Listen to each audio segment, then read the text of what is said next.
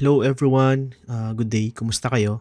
Today's video, magre-review tayo ng bagong prop firm, no? Makita niyo naman po sa screen natin, no? Si Hola Prime, okay? Later, ipapakita ko sa inyo yung details ng Hola Prime. But yeah, pakita ko muna sa inyo yung kanyang mga ino-offer na mga accounts, no? But yeah, before I start, sa mga hindi nakakaalam, been trading for almost 8 years but trading with prop firms siguro mga around 4 years, 2022 nag-start ako. So hindi lang ako nag-trade sa live broker, I also traded into prop firms and I maximize it in funding my personal accounts, no. So it's very helpful, no, lalo na sa mga undercapitalized na mga trader na may skill pero kulang yung capital.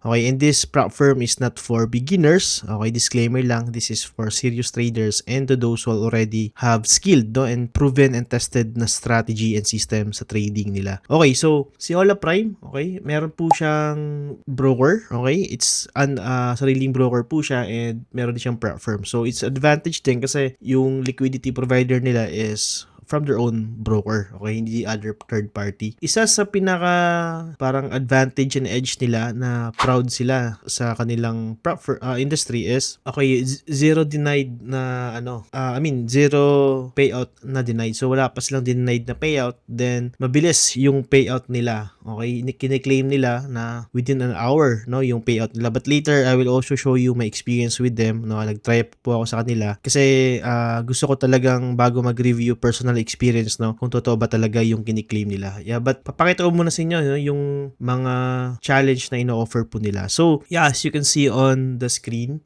okay, yung common na kinukuha ng mga traders, especially if nagsimula kung matagal ka na sa prop firm, okay, forex, we always use two-step first and second phase. In this case, we choose Prime account and yung in-offer nila is from 2K, meron silang 5K, may 10K, 25K, 50K USD, 100K, and 200K USD. So, magkano yung 2K na two-step na Prime account, no? So, pwede kang bumili ng $9 lang. So, yeah, sa mga walang masyadong budget, you could try it small muna, no?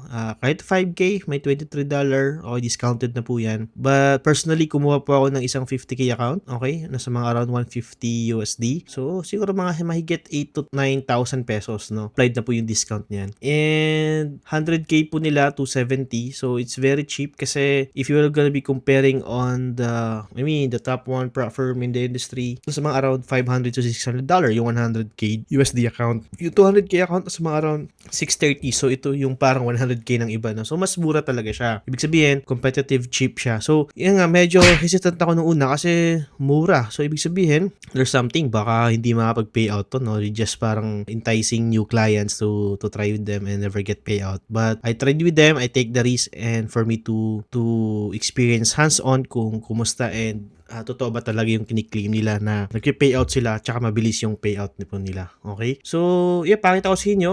Kumuha ko ng isang account. So, funded na po siya but currently meron din akong active 3 accounts with them. So, nakapag-payout po ako sa kanila, that was last week. And after po ako nakapag-payout, kumuha po ako ng 3 account, no?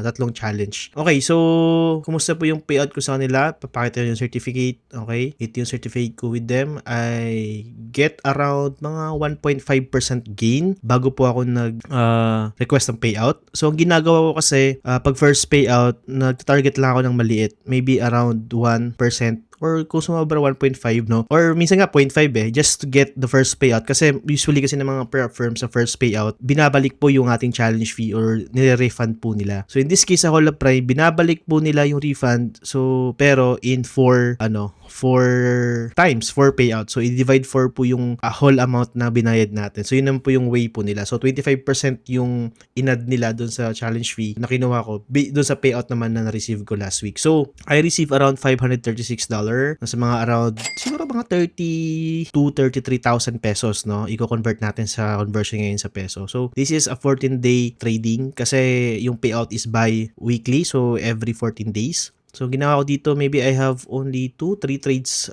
lang yata. Then, nag-stop na ako mag-trade kasi kailangan din natin magkaroon ng at least 3 profitable days, minimum po yun. So, ibig sabihin profitable days, merong at least 0.5% na profit no, para makonsider siya as one trading day. So, tatlo lang kailangan. Then, pwede mo na siyang antayin, no? Hindi ka na mag-trade. Antayin mo na lang yung payout date niyo. So, nag-payout po ako last June 26. So, nangyari dito, bumiyahe po ako papuntang Pampanga with my family and payout day ko. So, and bago pala makapag-request ng payout sa kanila, merong tinatawag na QYC interview, no? It's a face-to-face interview through Google Meet and just to check lang the legitimacy if ikaw ba talaga yung nag-trade sa account, no?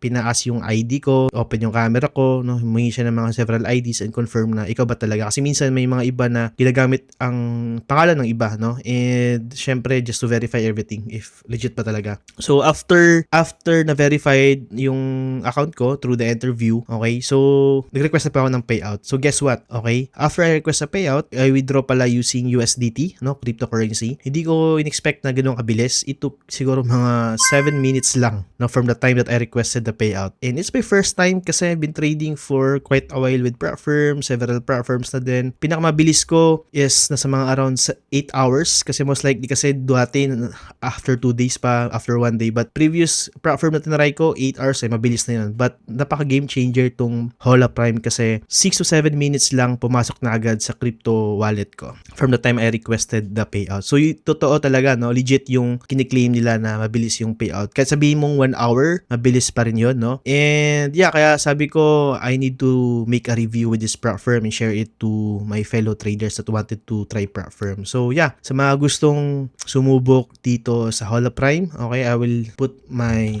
link below with this video, and because I officially partner with Hola Prime as their affiliate partner, no? So yeah, I'm just happy na yung platform na to, no? I mean, true sila sa word nila and I'm very satisfied to the service na binigay po nila. And may mga rules lang, no, na kailangan nating sundin. We just need to read the rules na binibigay po nila kasi being funded with the platform is not our right but it's parang privilege lang. So kailangan natin silang sundin kasi it's their company. Okay, so may mga parameters lang with the drawdown, no, with the certain rules na kailangan nating i-follow. Okay, so yeah, maybe sa next video I will gonna be discussing dun sa specific rules, no, with Hola Prime para hindi tayo maging blinded and masunod natin ng tama yung mga parameters. So yun lang. Thank you for watching this video and God bless po sa ating trading journey. Ingat po kayo. Bye-bye.